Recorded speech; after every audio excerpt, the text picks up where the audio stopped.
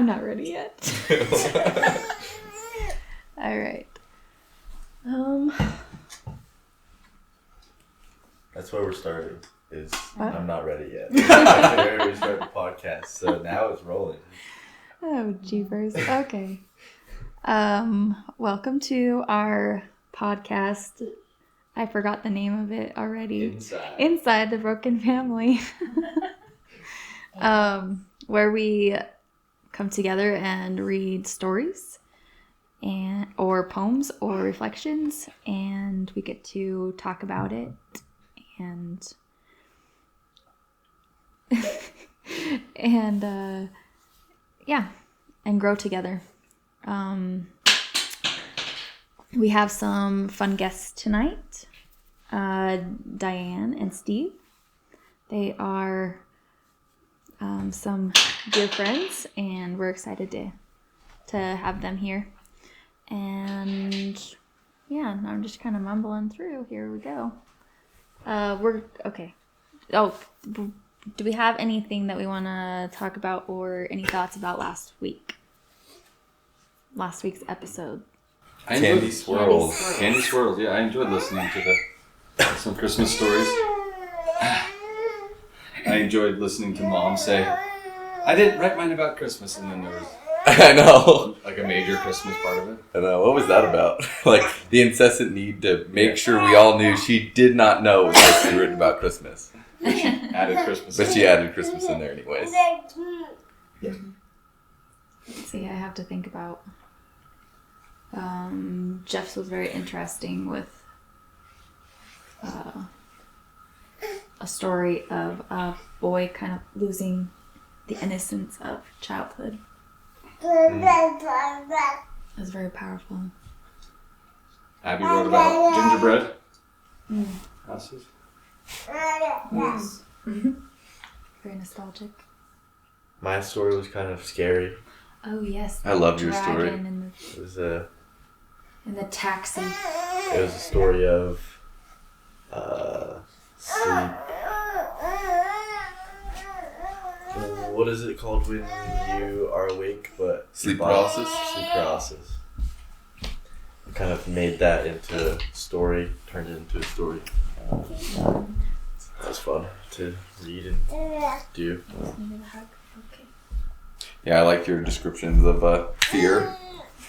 Of fear crawling into I forget her name, into her mouth. Breathe. Yeah. That was pretty, I would say scary, yeah, for a Christmas story. Yeah, for a Christmas story. It sparked a lot of good discussion though. Yeah. Yeah. Mm-hmm. And I forgot what yours was about. Mine was about two 8-year-olds' first questions they ever had. Is this normal? Oh yeah. Oh, normality. Mm-hmm. Oh. I did have the thought that our discussion was good about normal, but I also had the thought that we could have similar thoughts about any word. Yeah. No, and once you start thinking about language, like once you start pulling apart your own language and the way it structures your reality, things get really weird for a while. Get very strange for a while.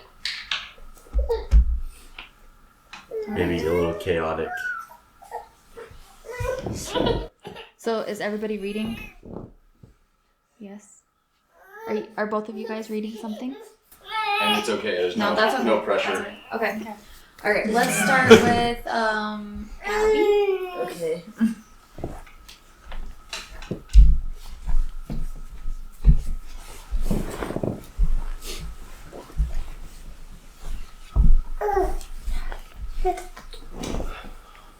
Okay. Mine is called The Puddle. I'm not sure if it's a poem or a story. I haven't decided yet. It's a poetic story. Poetic story. Okay, The Puddle. Before a storm rolls in, the land is quiet. Life around tucks into safety. As the storm rumbles past, there are puddles left scattered. Once the coast is clear, life begins to reappear. One particular human, one of many, decided to approach a big puddle. They approached it in their best rain apparel. One little dip of the boot to watch the ripple. It was the first little taste. Next, a jump was taken to make a big splash. After the water and mud returned back, you see the human stand still. The look on their face was full of contemplation.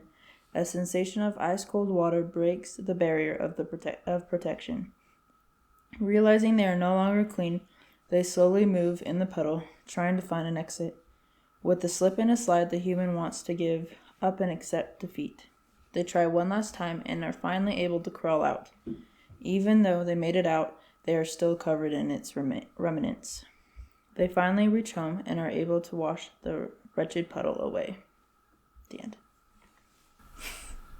It made me think about all the kids whose parents' hands have prevented them from jumping into a puddle and experiencing all of what you just described, the water hitting them and the dispersion of the water, and that experiment never being able to happen because somebody stopped them from doing it.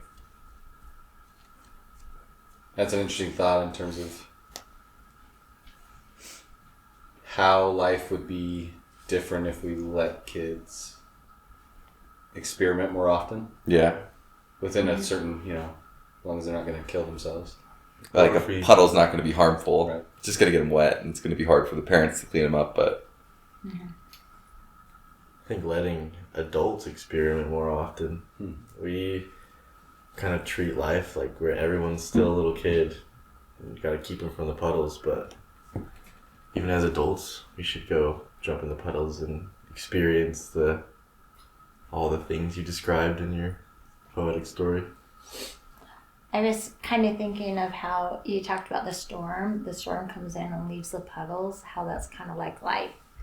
It's like you get like a storm of just crazy stuff and it leaves stuff behind. What do you do with it? It's kind of what I thought. So did you have anything in particular in mind with the one person stomping in the puddle and... Like the idea behind the story? It was representing depression. The puddle was. And how, like the storm of life rolls in and leaves behind stuff, and then you're kind of left with, like, the excitement of life, I guess, is the storm, and then the puddle is the down, and you kind of get stuck and kind of have to deal with it, and then get out and can clean off eventually and move past. But then it's still there. But I don't know. It's kind of what I was trying to portray. Like you're still left with mud on you? Yeah. That's an interesting idea because in a practical way, the only way to deal with the puddle once you're in it is to recognize where you're at, recognize what's on you. You have to notice, you have to be aware. Otherwise, you just walk around muddy and cold and you're sort of out of it. It's an interesting idea of what you said in terms of dealing with. I also like that. I like that you represented depression as a puddle because it's like something that it's not something you can't just get out of. You could just leave if you wanted to. You could just stop doing that if you wanted to. You could stop being there. And I feel like that is kind of how depression is. It's kind of like, well, I'm where I'm at and I'm just going to stay where I'm at. I don't know.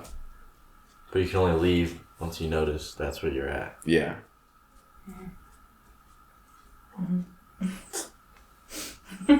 Cool. Good job. Just going in a circle.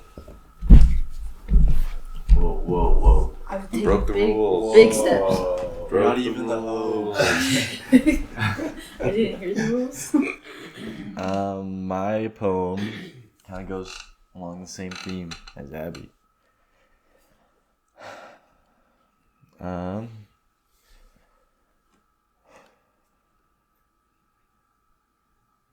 I don't have a title for it, but maybe I could have some help coming up with a title.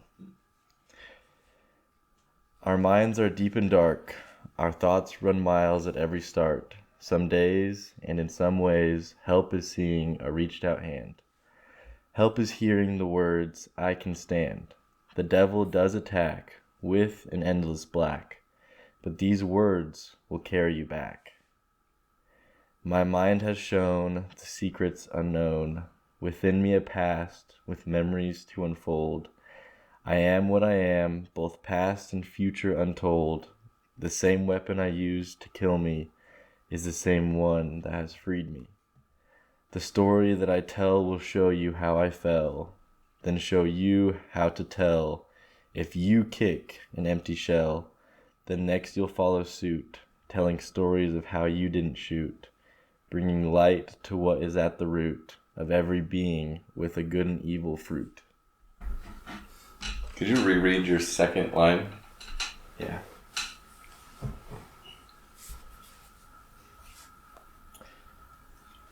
Our thoughts run miles at every start. Yeah, I thought that was like a funny way to say that. 'Cause, like, if you're at the start, you technically haven't gone anywhere, but they run miles at every start. It's Like, actually really good. yeah, It's really good. it's like it's a funny way to represent what you were trying to say. It's amazing how our minds will just run. They were built to do that. Yeah, Just go. before they even go anywhere. Before anything happens. Even if you're not moving, they're moving. Yeah.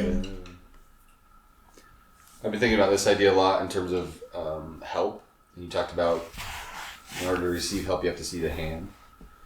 And I think oftentimes people think help is it's empathy in a way that you sort of step into someone else's shoes.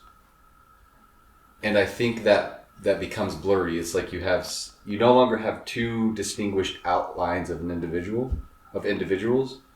And so in order to help, it's like you have to be able to keep your own outline so someone can see it.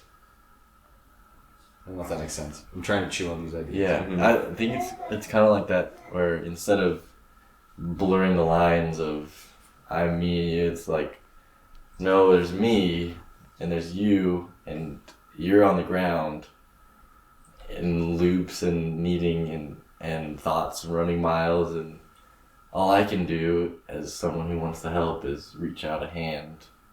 But you have to see it, and you have to say, oh, I can stand, and then grabbing the hand or Yeah, not. that makes me think of it as like, if you want to be able to offer help, you have to be able to metaphorically use the muscles in your hand and arm.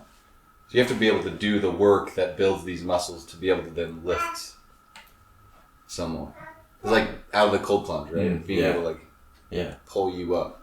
You have to be able to pull someone up, Right. in order to pull someone But up. in order to do that, you have to build this. But there maybe is like an actor or a facade of help, where you could use it as like blurring the lines of I'm stepping in your shoes, of like I wish I could help you. Was that Other than- when you were talking about the empty shell? Was that what you were talking about? Of what? In Kicking the empty Yeah, shell. you talked about kicking the empty shell. Was that what you were kicking the talking empty about? shell. It was once a person is able to realize that they have the power to help, which means that they have the power to be helped and to stand, then you can actually start to notice the puddle you're in or the shells you're kicking. But you have to notice that first, and then you can be like, whoa, I'm kicking an empty shell. Yeah. Otherwise, you're just going to be standing in the puddle or kicking shells. I think the tricky thing for a lot of people, and it's been tricky for me, is the idea of that you're talking about takes reflection. It takes looking in the mirror and seeing self as clearly and honestly as you can.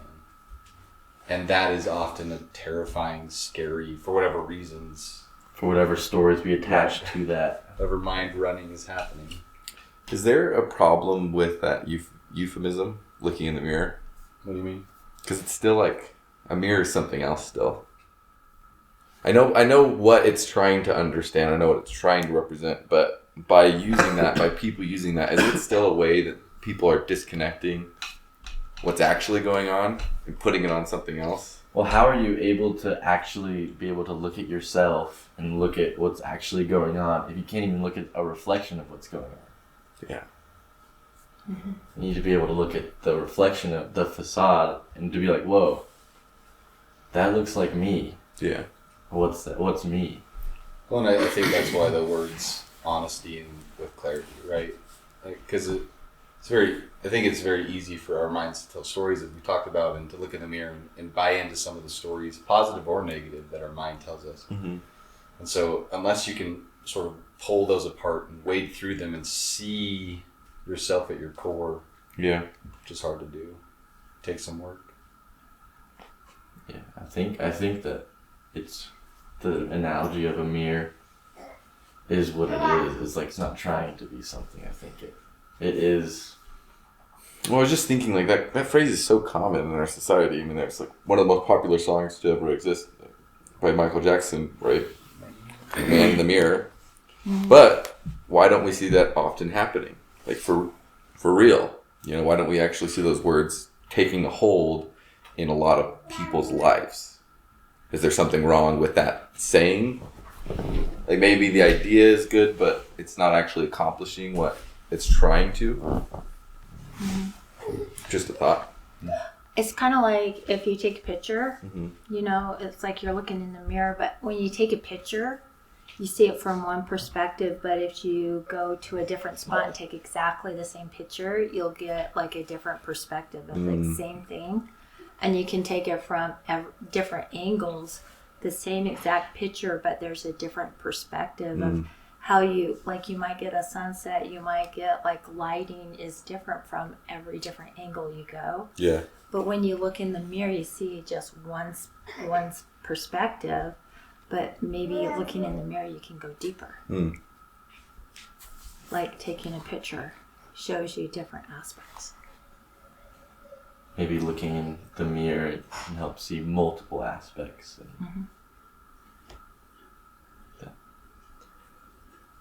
Made me think of, I'm trying to find this quote that I read. Peyton, you made me think of it. See if I can find it really quick. You are pretty far away from the microphone. I was just looking for a quote. So this is by Carl Jung. He says, "There is no coming to consciousness without pain. People who do anything, no matter how absurd, in order to avoid facing their own soul. People will do anything, no matter how absurd, in order to avoid facing their own soul. One does not become enlightened by imagining figures of light, but by making the darkness conscious." I think that's why people have a struggle with, because when you look at yourself, really look at yourself, you can't look at half. Yeah. You have to look at whole, and the whole is light and dark. Yeah. It's not half of it. Yeah. And I think some people want to only believe their light. Well, maybe that's the problem with that saying is if you're looking in a mirror, you can only see what's happening in a mirror if it's illuminated. It's light. You can't see what's going on in the dark. Like if you're looking in a mirror and you turn off the lights, that mirror isn't functional anymore. That's an interesting idea. So maybe it goes back to what you were saying, and maybe looking in the mirror is a really good thing, but it's only half of what's going on. Or a part of what's going on. Yeah, I like the idea of like when you take a picture, but you take it from different angles, you get a whole different perspective of what that is. And I think that's how life is. Because like all of us in this room, like we're all hearing it, but we're all hearing it differently. And we're all seeing it coming from different places. And that's kind of like a picture.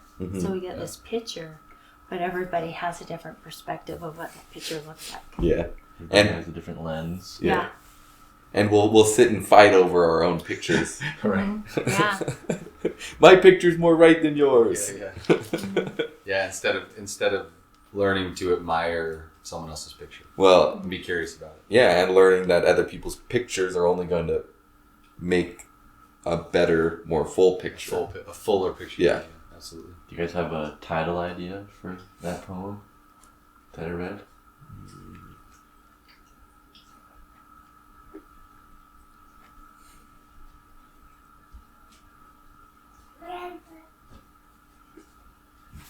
Maybe not. I'm still caught in the thoughts that we've been sharing. I just heard the mind. Is something about the mind. Well, your comment that basically the mind just gets going and runs away, just keeps going.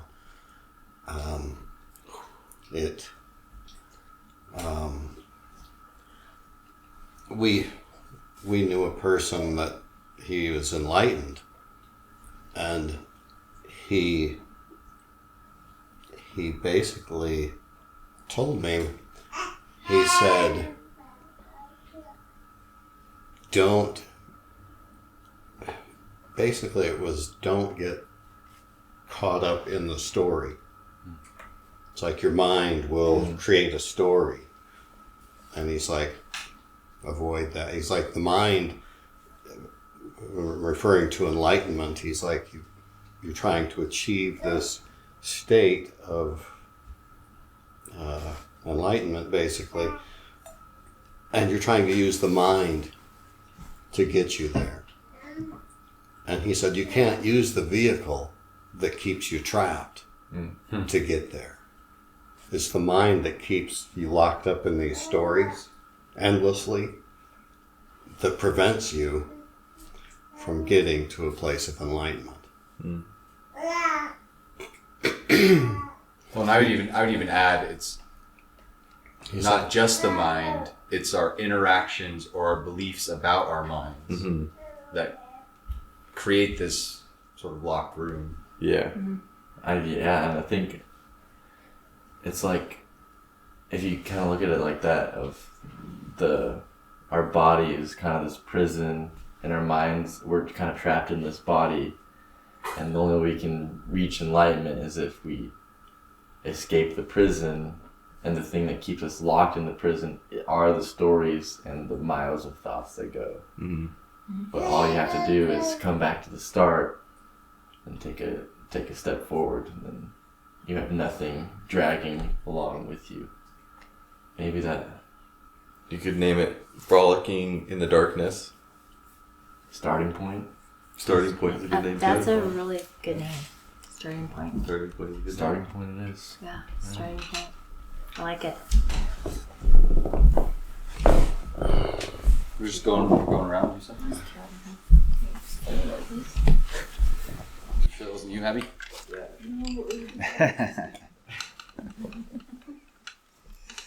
All right, this is a little story I wrote just thinking about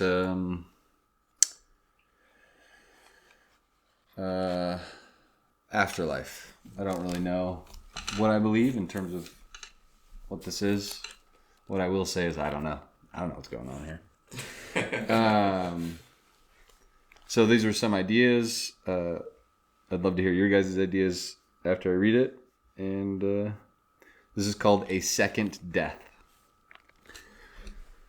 Waiting for my own death is a strange experience. I don't mean my first death. I already had that journey. It is a little ironic that my first death is one of the reasons for my second death taking so long. People told such wonderful stories about my first death, especially my followers. How I gloried in their stories, in their loyalty, in my power. You see, their weepings for me and oaths to avenge me filled my ears immediately like music so sweet. I was practically dancing to the great beyond. I could see it, almost taste it. Bang! I hit the wall, and I hit it hard. I've been in this glass box ever since. Here I've sat for 400 years, unable to leave, unable to go, constantly stuck between the great beyond and where I died the first time, a place called Earth. Before you get sad feelings for me, I have visitors, so many at the beginning. The visits have slowed down like a dying heart beating slower and slower, but I still have a front row seat to Earth's events as far as they concern me. I always have a macro view of the Earth, Right now, the northern hemisphere is covered in white and extra lights. It must be Christmas time. For the last 100 years, if I zoomed in, my view was limited to a small, obscure library in Independence, Missouri. Laugh if you must. I know the universe has been chuckling. In the little library sat the last copy of my book, in which was still printed my name. I got to know that shelf of dusty, old fiction books very, very well. The titles, at least. Until one day, a young man moved through those old fiction titles and stopped on mine. As I read my dictated work, those feelings I was so adept at creating for others filled his lost, purposeless soul. Just like the good old days, I had hooked my final follower. Nathan is his name, and his heart is so good. He was so lonely and wanted to matter so desperately. He took my book and my message and began preaching salvation on the corner of a very busy intersection. Luckily, one blustery and windy day, Nathan was preaching to the air. Not many people were out and about that cold day, when an unusually large gust of wind blew an Airbus down and off course, just clipping Nathan's head. Lights out, quick and easy. What is even better is the last copy of my book fell into the sewer to get stuck and disintegrate back into the earth. That means my meeting with Nathan will at last set me free. Nathan is very excited to see me, like many of the others that followed me before. Nathan fell down to his knees and with tears in his eyes said, "I've tried so hard to share the truth." So many had said that same phrase. The women who left country and family to follow me, the men who spilt innocent blood to avenge other wrongs, the parents who ruined relationships with their children because the truth was paramount in their mind, the individuals who suffered most of their lives because they believed they were somehow less than and too weak to fit into my ideals. Ideals meant as chains, ideals meant to keep the seeker seeking. Here is the thing about the box I've existed in for the last 400 years. Only truth can exist in the box. I've tried so many times to make my followers feel good, but the truth slides from my lips. I've even tried nodding and smiling, but they can see my thoughts. I can't hide from me in this translucent cube. I smile down at Nathan and pull him up. I lead him to a place to sit, and I tell him my story fully. 400 years of this truth-telling, and it still hits me just as hard as the first. Watching Nathan's smile slide to disappointment and hurt. It is like a ton of bricks landing on the top of me. In this box, I don't feel bad for them. Rather, I experience the reality of their internal world. As my followers hear my story, they begin to see me for what I was, just a man. As they see my intentions while living were simply for power, control, recognition, their feelings of affection and fidelity melt away, and they let me go. Each time, I am a little lighter. I can breathe a little easier. Nathan doesn't say anything. As the full understanding rests upon him, he simply stands up, turns, and continues on his journey to the great beyond. I finally take a full, deep breath. The glass wall through which Nathan walked does not materialize. I hesitate. The unknown looming before me, then I step, and at last I continue my own journey.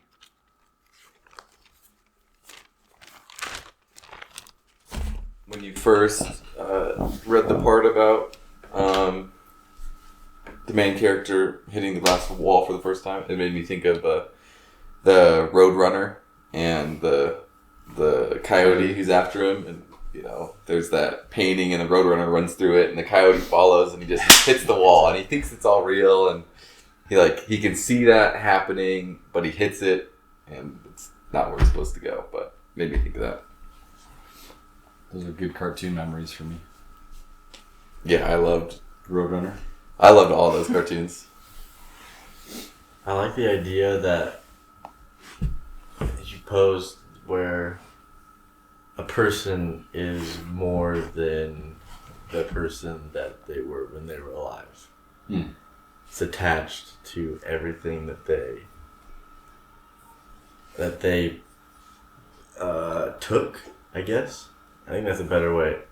It's everything that you took. So if you have things that you have to still give back, you can't leave. It's like a figure like Joseph Smith going through and trying to take power and taking people's lives in a way is not able to take any steps further until they've given everything back and it's equal. Until all of his books have been disintegrated and given back to the earth, till all of his words are gone. Even though it seems like you're giving words. Yeah. But in a way it's taking. You're taking space in somebody else's experience.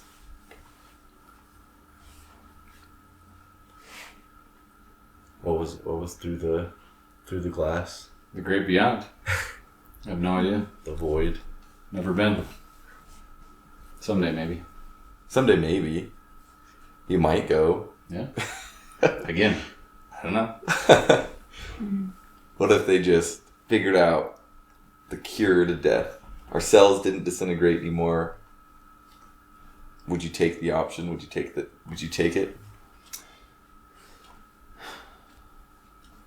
I don't think I would. You really don't? No, I don't think I would. I don't know if I'd have enough control not to. I think for me, everything in nature tells me there's a season, and there's death, and there's decay, and there's sort of natural cycling. That's true. But there's also, let's zoom out a little more. There's natural cycling through ice ages and out of ice ages. Those are between tens and hundreds of thousands of years. Yeah. So can something still cycle even if it's, maybe you get to live for 1,000 years, but you still cycle? Would you take it? I mean, I guess you still have the option of offing yourself. Yeah. If you cured death. And you just said, I'm done with the ride. It's been 500 years and I'm tired of it. Yeah, so some of the characters in the Bible lived 900 years, 800 years. What would that be like? Yeah. And why is our lifespan so short comparatively? One guy that Diane and I have listened to quite a bit said that the Earth travels through the solar system in kind of an elliptical pattern. And presently we are about as far from the central energy of the galaxy as we can get.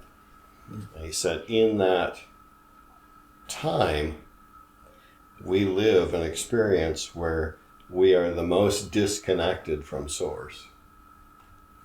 And that when the Earth is closer and you have that much better connection with source, the life expectancies were much greater. That's an interesting idea. Yeah. Whether that's how accurate that is, I don't know, but it's fascinating. Yeah, I mean, some of the records I'm drawing a blank on what they thought was the first major civilization in Mesopotamia or somewhere. I don't remember. They have records of it's the civilization that talked about the Anunnaki. They have records of their kings living 30,000 years. And I think Egypt does too. Their records go back like 30,000 years. Yeah, interesting. That's crazy. That's crazy.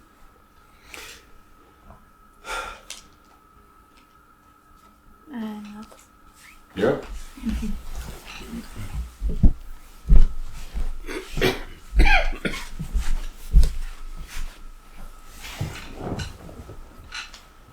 All right.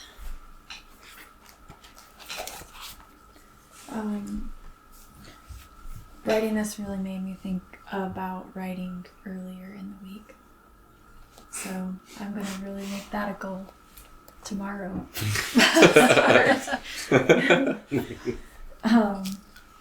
Anyway, these are some thoughts that I try to put together very quickly. So, as I sit here on Christmas morning, reflecting on our Christmas trees, forewarning, I contemplate how this journey began. A fun adventure, at least, that was the plan. I arrived with expectations and desires, unaware of the slopes and the briars. I set myself up for disappointment from the start, wanting that perfect fir tree in my heart. The options we found were like a bush. That disappointment I had to just shush. The fire ants and heat didn't console. We came for an experience. That was the goal. I tried to make it similar to past years, having those expectations only ended in tears. That tree sat in the living room like a bush, reminding me of the feelings I had to shush. For some reason, it started to dry out. That tree stopped drinking. What was that about? Oh well, I guess it is just dying. It was giving up and not even trying. At least that was the story in my head. Not thinking it may be a different reason instead. I didn't realize the salt ornaments were affected by humidity.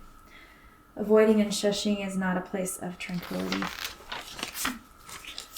A tree cannot survive on salty water, being salty towards what life has to offer. It wasn't the tree or the ants or the heat. It was that story I created that led to defeat. This tree, now dry and dead, is a gift to me, a window of what my life might very well be. If I continue to be salty and having treasured outcomes, a life of disappointment it all becomes. So today I give a gift to me. Stop creating stories and just be. Wow. Very good. I really like that a lot. Yeah, I liked it a lot too. Harking back to what Steve said about the guy who told him about letting go of the stories and just being. Really well written. Yes, Really. it was. And I think the way you brought it together at the very end and just be like where you started and how it ended was awesome. It's like, yeah, really well done. Sparked a lot of memories for me. We moved to Florida and we didn't know what we were doing, and we went to a tree farm in southern Georgia to try to cut down a Christmas tree because that's what we'd done for so long. And it was 90 degrees and fire ants were eating our feet, and it was a bush. It was a bush. It didn't look like a tree. It looked like a bush. Yeah. No, it was, so I was trying to, there's a lot in there. Moving to Florida was really hard for me. I created, and looking back, it's easier to see, but I created stories of what I thought it was going to be like. And it wasn't. It was hard, and it was that first year I kind of avoided things, and I doing that, shushing my feelings and what was happening. I missed out on just being there and creating the memories that the next 3 years we started doing, making the most of what we were given, right? What we had. And those memories I cherish a lot because I was able to be more in them. But anyway, so I tried to write all that in there. But Well, they were blended really nicely. Like my brain kept jumping from the tree, and then realizing you were talking about something personal, and so it wasn't lost, at least on me. This combination of things that you were blending. Yeah, I thought it was cool that you made the tree a mirror for yourself in the story. It was cool. Yes. It's kind of a thing you can, if you attach a story to anything, it's probably a mirror to something inside of you in some way. That's an interesting Definitely. idea. Yeah. Definitely.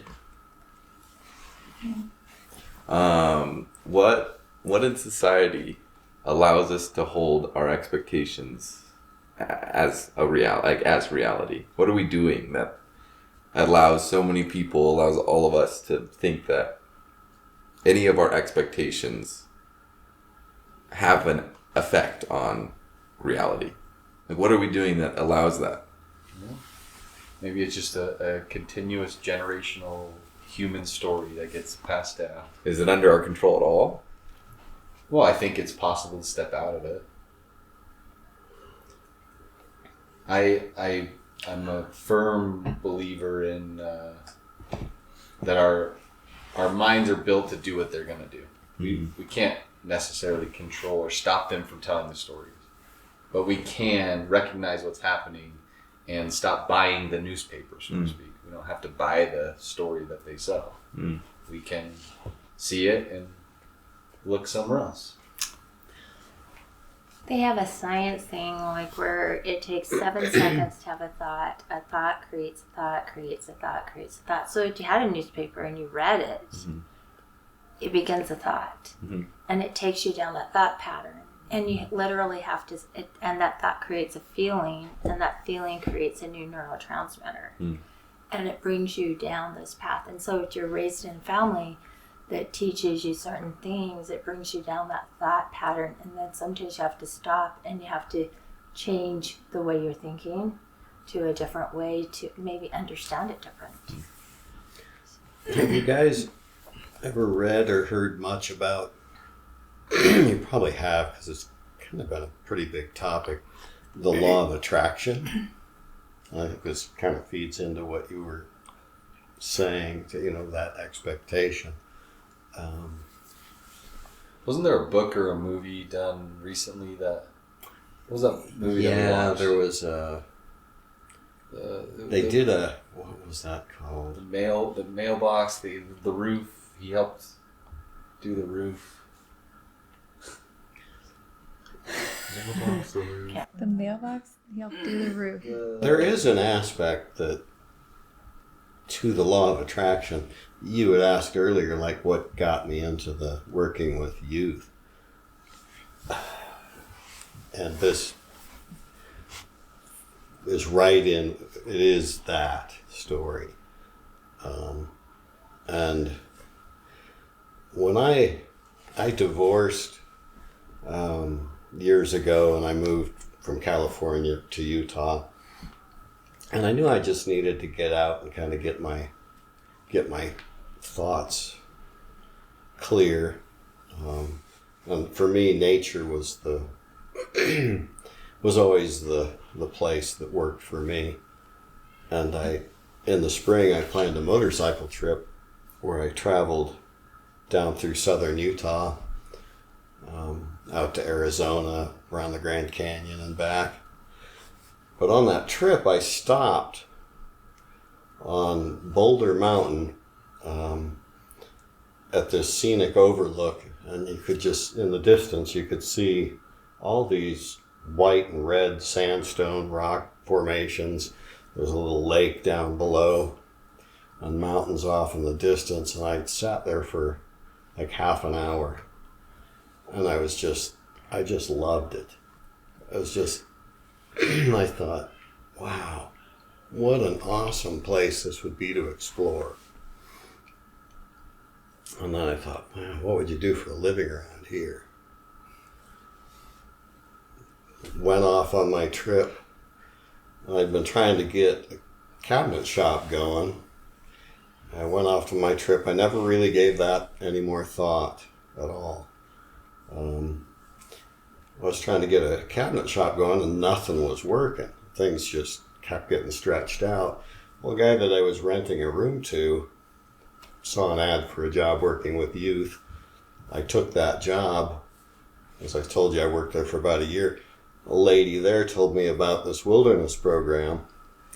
She said where it was, and I took a trip down there and applied for the job. When I got to the town, I was like, oh, wow, that's this place.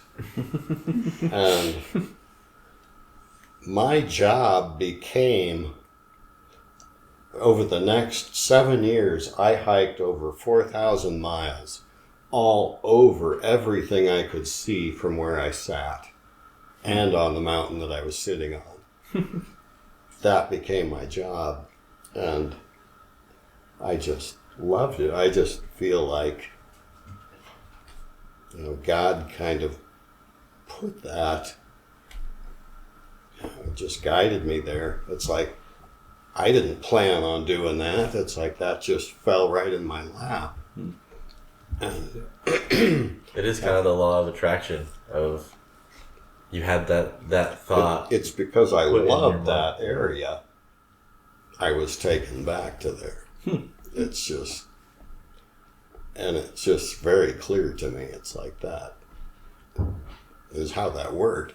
And that actually happened before all of this law of attraction stuff started becoming popular and it's like, and as I saw some of that, I'm like, that's what happened. You had to see it. That's what took me there. It's like I never planned that out. I didn't plan that. Someone else did. You were just along for the ride. Yeah.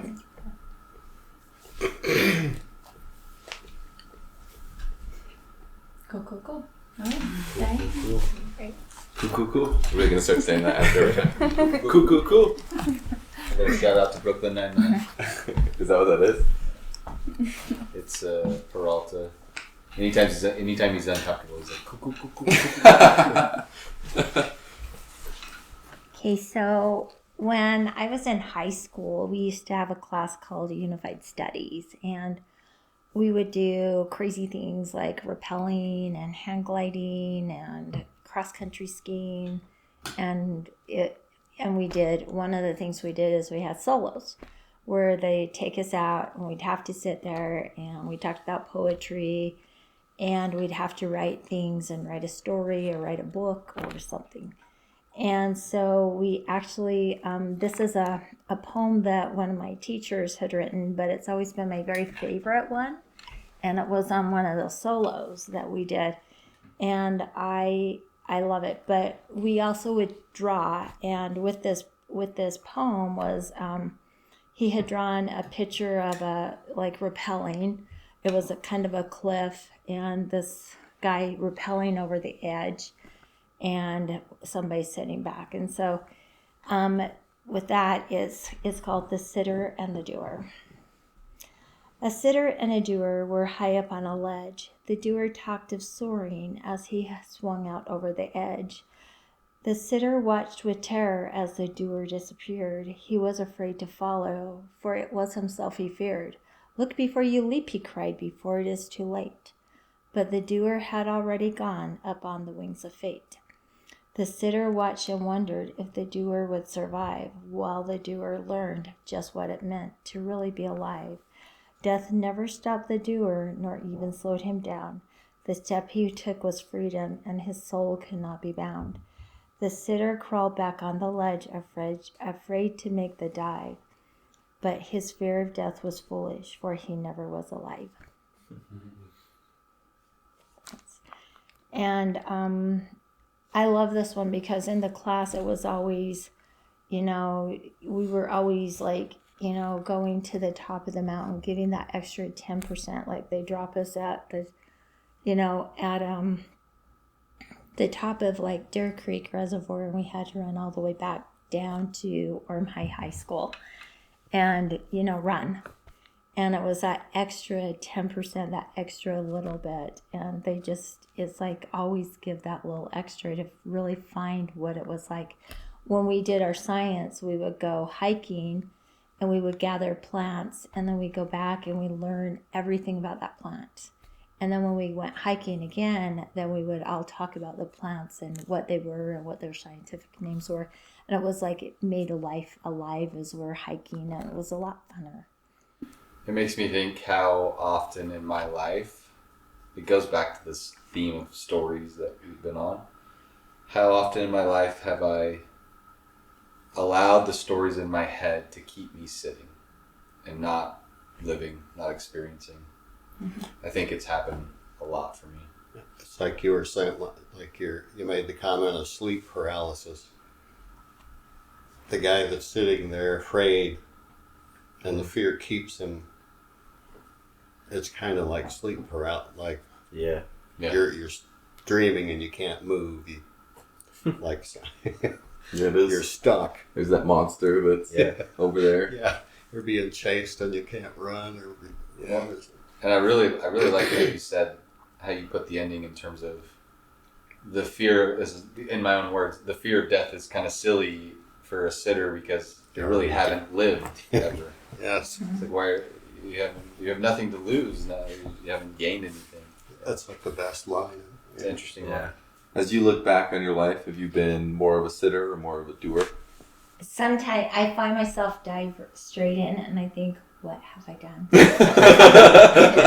And it's I'm like I'm in this class with all these chiropractors and doctors and me. And I'm like, I don't even know what they just said. and the more I go, then it becomes this thing. And when I learned light and sound therapy, I'm like, I don't even know what that word, like how to even pull that together. And now it's a second language. And, or I just knew I was going to learn something, and all of a sudden it comes in. But it's usually like, I just start researching something out and jump into it. And then I think, what have I done? Like, it's way above me. And I just keep going until I get a little bit more until I get it. And yeah, sometimes I sit in my room and I go, how did you ever get here? Because all I wanted to be was a mom. But She's like, it's too late. It's too late. We're married now.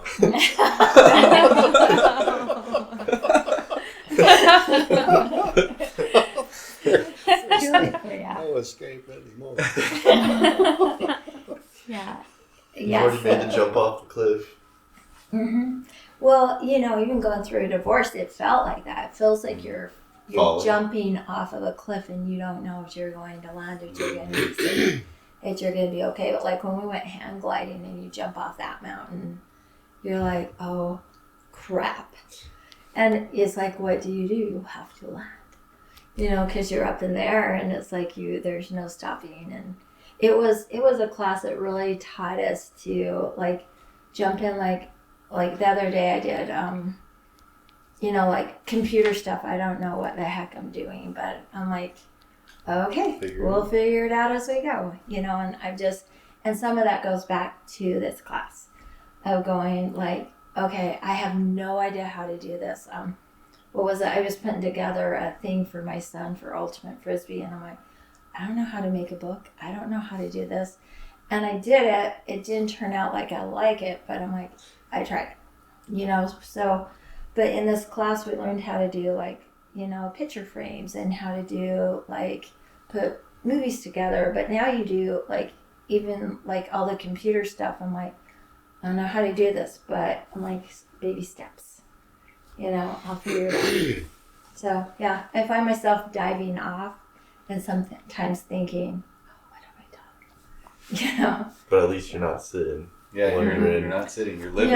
And I see a lot of people today, like they are so afraid to be with themselves, to be alone, or to, like they don't leave their basement, they don't leave their house, and they don't want to experience new things. Like, You know, even coming here tonight, like I didn't know what this would be like. I'm like, What have I done? well, and I'm going, I think this is really cool because you guys have really, like, every topic you do, you go deeper. And I'm like, I love this. Like, I love to think on those deeper levels. And it's really fun to watch you, like, write it. And then everybody, like, actually talk about it. And I'm like, okay. I just like, okay, it's time, we're ready, let's go. Well, I think Yeah. it's actually really interesting that you said, you know, I'll jump, and then I'm like, oh no, what have I done?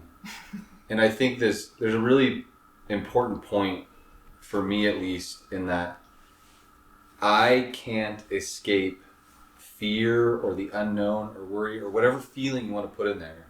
Whether I'm sitting and buying a story, there's fear, there's worry, there's unknown. Or whether I'm jumping, there's still going to be fear, worry, unknown. Whether you're making the story, I can't escape. You're still feeling. buying a story if you're jumping. Yeah, and that's Well, fine. one of them My, you're- my point is, you can't escape as a human. Yes, This is a feeling experience. I agree.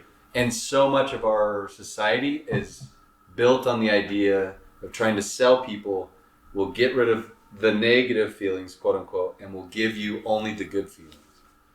And I think that's a really, really toxic message. Mm-hmm. I agree. Yeah, and I liked your story, like just being, because sometimes I'm like, I just have to be. And like sometimes I'm just, well, there was one day like we ran our dog over, it was my birthday, our car got stolen.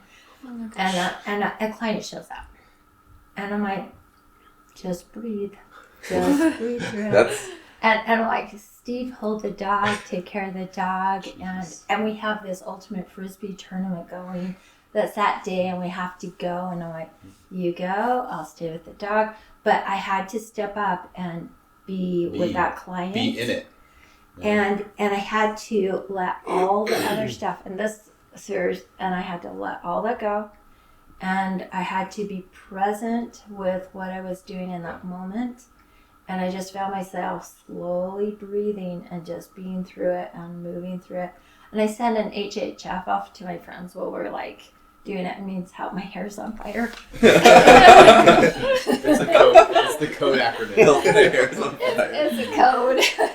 So I'm like working on client, and I'm like, God, make a little, send a message. And that just means like, it doesn't matter what it is, just send me like good energy, good vibes, prayers, whatever. And anyway, happened to be Easter weekend, so Steve went to the game, I worked on the dog, and then I think he came home, took care of the dog. I went and did Easter with the family and went to the rest of the games and came back, and we had the dog up and walking.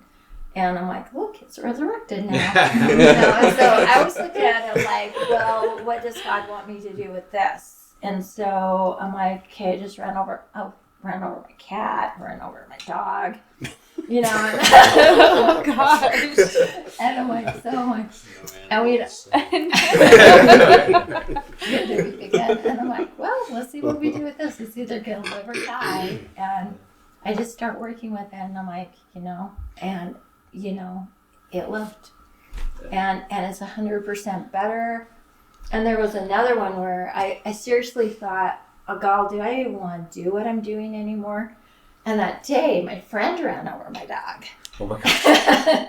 And the dog's legs weren't working, and I picked it up, and I just knew a few things, held it, and went through my stuff. But I went into the space where I could just like I was just with the dog. And it took five minutes, and I set the dog, and I'm like, he's fine. And he was, except for the tire print and the hair messing off. Oh my god. Oh god. And so I thought, This well, isn't a big dog like you guys. Like, was Small this dog. was this This the was same Max. dog? this is Max, different dog. Oh, okay, two different Oh dogs. yeah, this Okay. is Max. I'm like, well, this dog just needs Poor dogs. Yeah. Cars. So Stay away from I cars. Stay away from cars. science projects, and so, but it's like you don't know. It's either so you just kind of learn, but it's like you have to try, and you don't know if it will work or it won't work. But doing nothing It's not living. isn't living, and it's like I got to experience what that was. Well, it's like if you're a sitter and your dog is hit by a car and can't move, you're just like, there's two possibilities. One, your dog's okay. One's not. If you're just a sitter, you're picking the possibility of, I guess it's not okay, You're and then it's just solidifying the options. yeah. Instead of just being and then seeing where it goes. Mm-hmm. Yeah, I just had to go, okay, what it's, and you had to just be. So I live by that B word a lot. That B word. The B word. That's a slippery word. It's a slippery word. Give it Puts some out your hands context. all the time. Gets listened. Careful how you present that one. And so you can just be present with where you are and experience the moment. And a lot of times I'll tell people, like, to be present is like if you drop a pen, you're either talking about the future because it hasn't happened, and as you drop it, it's in the past because it's already dropped. You can only experience the present. You have to just be there. And as you're going through that, you can breathe through it and whatever happens, but staying home, not even trying, you'll never know, You'll never know. Yeah, Good stuff. I think I'm good. Yeah, that's awesome.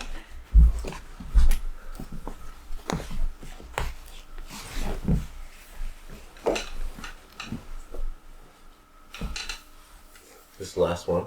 This last one. I think so.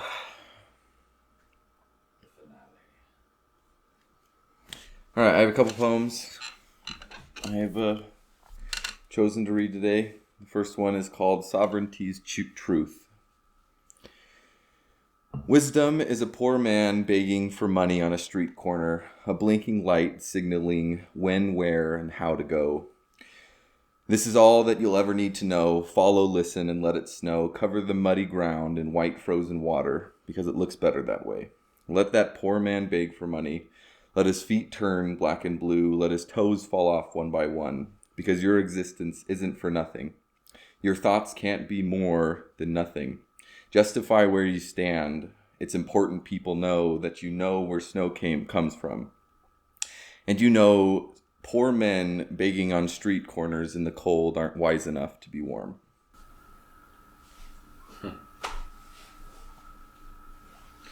Makes me think about the idea that we impact each other, whether we want to or not. Whether we want to believe that's true or not. If I walk into a room, or any of us walk into a room, we have an impact. We have a print, and everywhere we go, that follows us. I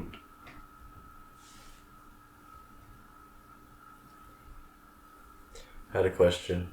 Yeah. But I don't know if I remember it. Oh. We'll come back to that. It was something about. Are you in that poem? Are you kind of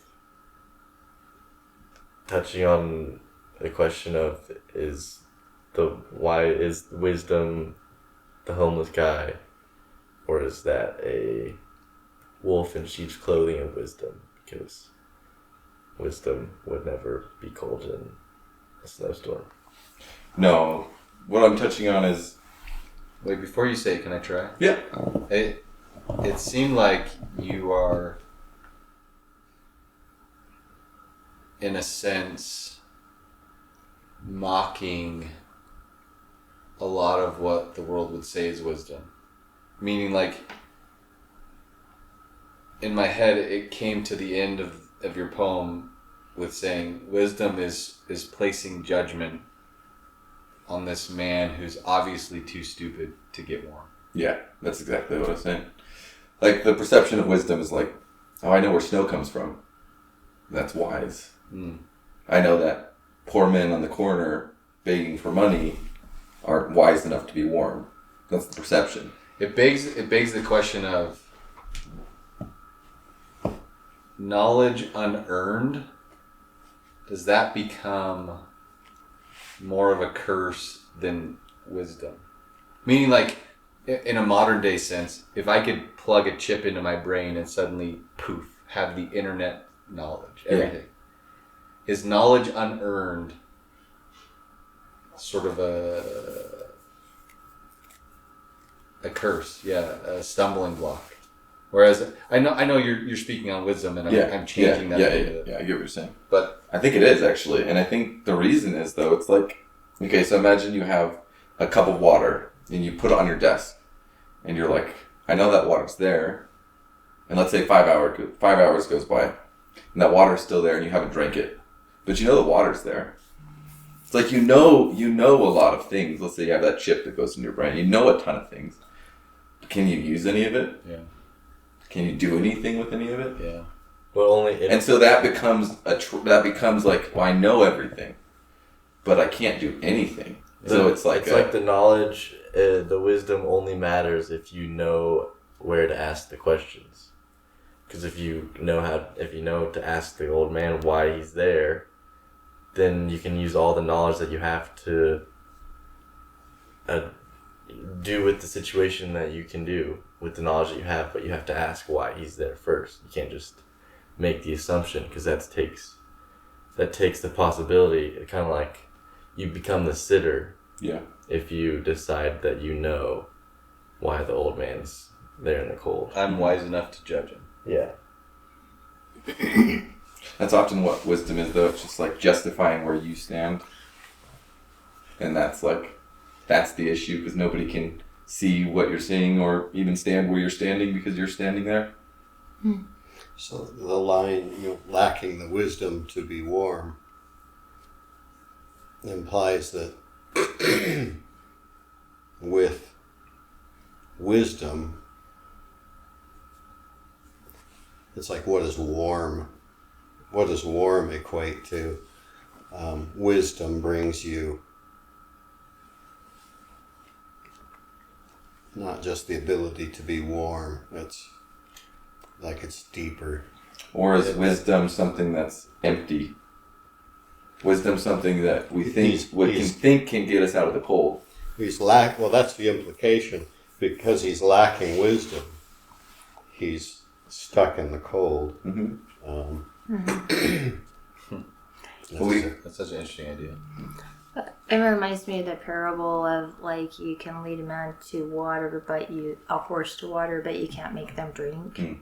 It's like they know, like that glass of water, like you're thirsty and you know the water's there, but you don't drink it. Like you're dumb, like you're stupid, or something. It's also making the assumption that the horse is thirsty, or that the man is cold. You let it there and it didn't even want to. Yeah, but the man didn't choose to be there. Maybe that's where the fallacy in the person who's viewing its wisdom goes. It's like, I know it's best. I know that you're cold, because if I was in your situation, I would be cold. Yeah. But in reality, the old man whose toes are blue, and he's just like, nah, chill. But yeah, I think we could all agree. I'm chill. I think we could all agree that, like, if we had Jordan Peterson sitting in the corner and we had a poor man bathing in the snow, like over in this corner, we were looking at two guys, most people would be inclined to think Jordan Peterson is far more wise than this man. Sure. But why does that assumption even exist? Yeah. Based on their life circumstances. Based on where they ended up. Yeah. That's it. That's an interesting idea. It's a really interesting idea. It's like going to a poor country and thinking that they have less. They're less than. Yeah, and that's not true. Not true at all. They think and we make have the so assumption much. that the guy standing there on the corner is less. Yeah. There was a great story about, it was something like that scenario-ish, where some guy who seemed to have everything is just put in a position where he almost reluctantly, like, he ends up having to help this guy that seems really to be troubled. And the twist of the story is the person who was really helped wasn't the beggar on the corner. It was the guy who thought he had everything really good. That his deed of helping him actually helped him much greater. Wow. All right, next poem's called Afterthoughts. There's so much disconnection. I'm here standing all alone. What's this perception? Always staring at our phone. Too little neglection of the rotten roots we have all sown. Farm fields laid in weak pretension as streets get paved with bone. Like an apple falling from a fruit tree, demanding you let it rot. Away from all that we might be, but at least it's not what you sought. Condemnation's promising a key, forever an endless lot. Supplying hatred silently to those who might have bought. Life and death fill out their paperwork, fighting truly to the end. All these people standing for the perk. Nothing mattered to the bend, for existence is on the lurk, a lion on the mend. Nobody even cares to shirk responsibility and its downward trend. I think I really like, and if we have any listeners who've been listening for a long time, they'll understand what I'm going to say. I really like how you, as an individual, has sort of waded through the storm that you were in for a long time, and the poetry that's coming out on the other side is cool. Really cool. I really like it a lot. A lot. It made me think, does modern society make us sitters? Or create a lot of sitters? And why would they do that? Why would modern society Yeah, do that? that's an interesting question. Why are there forces at play that want modern people to be sitters? Yeah. That's an interesting idea. I Don't think- want you empowered. Right. I think that's kind of a beautiful place to be in society, where you have this power who's giving you everything you need to just be a sitter, not be able to do anything. So all you can go from there is to be a doer. Like, it's giving you everything you need to then just be a doer. But if you aren't able to see what you could be if you were a doer, then you just stay comfortable with. Could I offer another point of view on why society might, or why these forces might not want us to be Sure. something more? What if it's just the case that somebody really did figure out that something more, and when they did and they saw it, they just didn't. They were like, nobody should see this. This is not good. I don't. The reality that exists, I don't want this, and nobody else should want this. That's an interesting. So I'm going to make everybody else's existence a little bit easier for them. So, from that perspective, essentially, they step into a savior role. Yeah. I'm going to save them from Yes. We always assume it's power, but what if it's not? What if it's trying to keep you blindfolded for your own sake? But isn't that a type of power? And it's a type of power, yeah. But it's also kind of giving you the tools to, if you decide to be a doer, you'll be able to go and find what that other person who started it found. But because there was someone who found it first, to be able to be like, nah, here's how I found it, and I think that everyone else shouldn't find it, so I'm going to make everyone else give everything that they need or want so that they don't have to find it. But if you choose to find it, it's easier. It reminds me of WALL-E. All these like fat, happy, plump people, Yeah. wheeling around in chairs. In space. In Oh, space. As And far it's away like, from reality They're as not they can doing get. anything. They're just like rolling around. That's what they do. Man, the guy who wrote that story had to have just been like so nihilistic on life. All right, last poem. This is Notes on a Page. Maybe if my pain had come out of ivory keys, maybe then you would have listened. If it sounded a little prettier, less dark. If you could have sat through it all and only heard music, you would have been fine. No, not fine, you would have been happy. A part of me off in a corner somewhere would have been mad at you. I would have hated you for knowing that hearing the words that built my castle, that colored my walls, that trimmed the windows, that built my world, weren't light enough to be supported by yours. Now I don't care. My pain, my suffering, my situation is a fully aware and complete choice.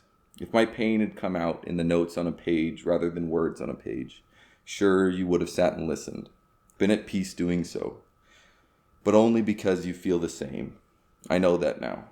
The burden I placed on you must have been insurmountable. I'm sorry. Felt like a letter to mom. It was. It's so funny. I thought the same It's thing. literally what I was thinking. It's interesting. Oh, wow, there's some darkness there. You went through some tough stuff. I think everybody does. I think it's true too often. I mean, I think that idea you just articulated is found in how Americans greet each other. How are you? Good. Good. Really good. Light words. Right? Really good. Yeah. It's like music to my ears, right? Yeah. Really good. Even though for most of us there is something weighing on our hearts probably every day. Yeah. Yeah, I wrote this because I was listening. I love piano music. And I was just finding new piano songs. And one song came up and it was literally like, The Pain I Feel Is Too Much. And it's this beautiful song. Beautiful, absolutely immaculate. It makes you cry. It's so pretty. And it's like that guy who wrote that is obviously suffering. But people who view that music aren't going to be like, oh my gosh, I'm so sorry. They're going to be like, you have an incredible talent. And that's incredible that you can do that. But that guy's still going through, the same type of pain that I might have experienced. At the same time, I would see the song as kind of a release. Like a release of that. Yeah, I would agree. And that pain, he's turned into something beautiful. Mm-hmm. But I think to your point, it allows people to gloss over the pain. Yeah. Right. Well, does it allow it or... Oh, it's so beautiful. Yeah. They just focus on what they consider positive, as opposed to like the hell you must have been through for that to come out. Yeah. Wow. I think that putting it like that is suffering, Mm-hmm. I think is putting a label on it that someone who creates something beautiful might disagree with. Ooh, Just sorry, like I'm not saying all piano music is that. No, that's not what I'm saying either. I'm saying like Or you said that is suffering. Be more specific. you kind of said that the piano song you heard was that guy had to have been suffering. Yeah, based on the title that he gave. Yeah. Based on the title that he gave. Yeah.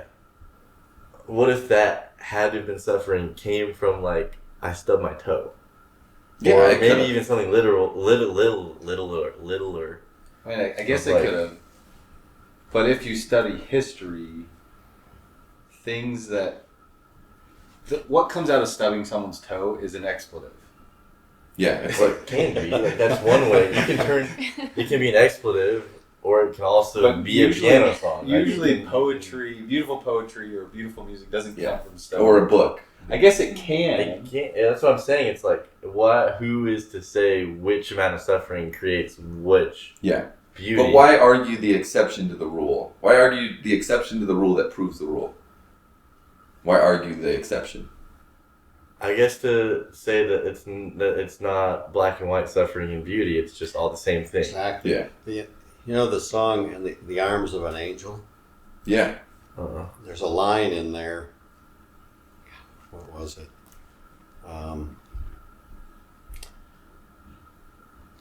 There's a line where she's talking about just exactly that. And like basically being brought to her knees just at such pain or whatever. But she describes it as like a beautiful Yeah. experience. The lyrics, I'd have to look it up. What was the song name? The arms of an angel, or the Is that arms. Sarah I think it's McLachlan? yeah. Yeah. It's just Angel. The Sarah title is just McLachlan. Angel. Yeah, But that's a chorus line. I think. In the arms of an angel. Yeah. yeah. So I guess that's what Angel is that's the name of the song. It's like So if you listen to that one, that brings to mind just what you were saying. really in Yeah, and I understand completely what you're saying. Like, okay, all of my poetry on suicide could have been, like, the pain I was experiencing could have been caused by something that wasn't a big deal. Maybe it was just stubbing my toe. But it doesn't change. Is that what you're saying? No, I'm not. I'm saying that. You're saying that there's pain caused. I'm saying that the thing that was caused isn't black and white. It's the beauty or the pain or the suffering or the piano piece. Like, that's what's caused. That's what comes out? Is the undefined. Yeah. You could be like, that seems like suffering and pain, or that looks like beauty and beautiful. Yeah. But in reality, the product is all the same. Yeah. There's feelings attached to it, and there might be good and like. I agree with you. Or like hate and bad, but it's all the same. I agree with you. It's beauty. It's suffering is beauty. It's beauty. Yeah. Yeah, I agree with you. And that's like a little bit of what I was trying to say, I guess. It's like my pain could have, or I'm saying my pain. But, I mean, I love piano. I could have, instead of writing poetry, I could have sat at a piano and tried to create music. And maybe the rest of the family would have saw that and just been like, oh, that's such a great talent, you know? Like, just keep doing that, you know? Keep doing that. But they wouldn't have heard it the same way. No. They would have just looked at it as beauty. Yeah, I like that. Could easily miss where it came from. Yeah, and you might have been to be a little macabre hanging from a rope. Yeah, seriously. Yeah. All right, Emily. Emily, take us home. On that note. On that note, cheer us up, Emily. Okay.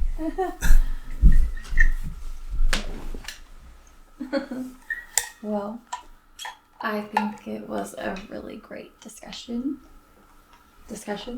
I really enjoyed it. And thank you to you guys. Thank you coming guys back. for coming. It's It been was great. Thanks for having really us. added some great insight and depth to it. A little fuller of a picture. Yeah.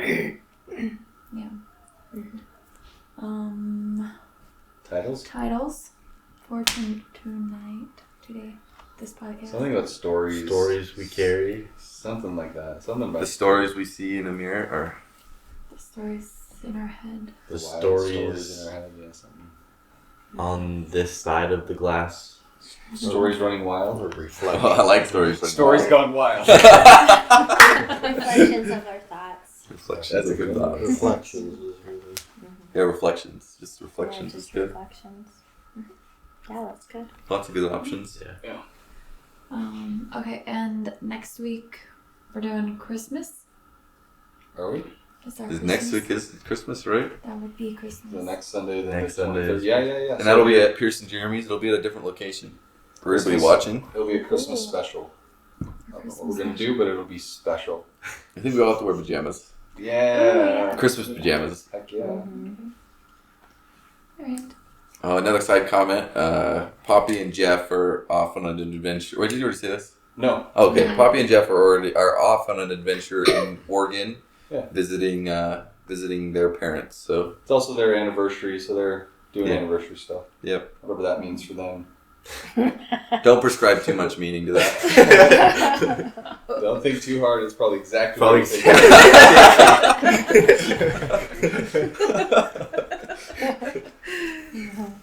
Alright.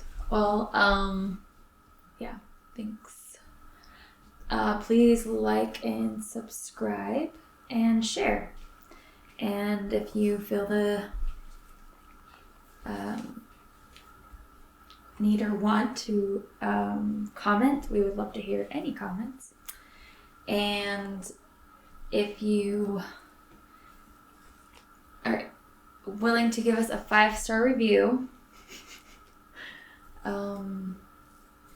you may find a gift and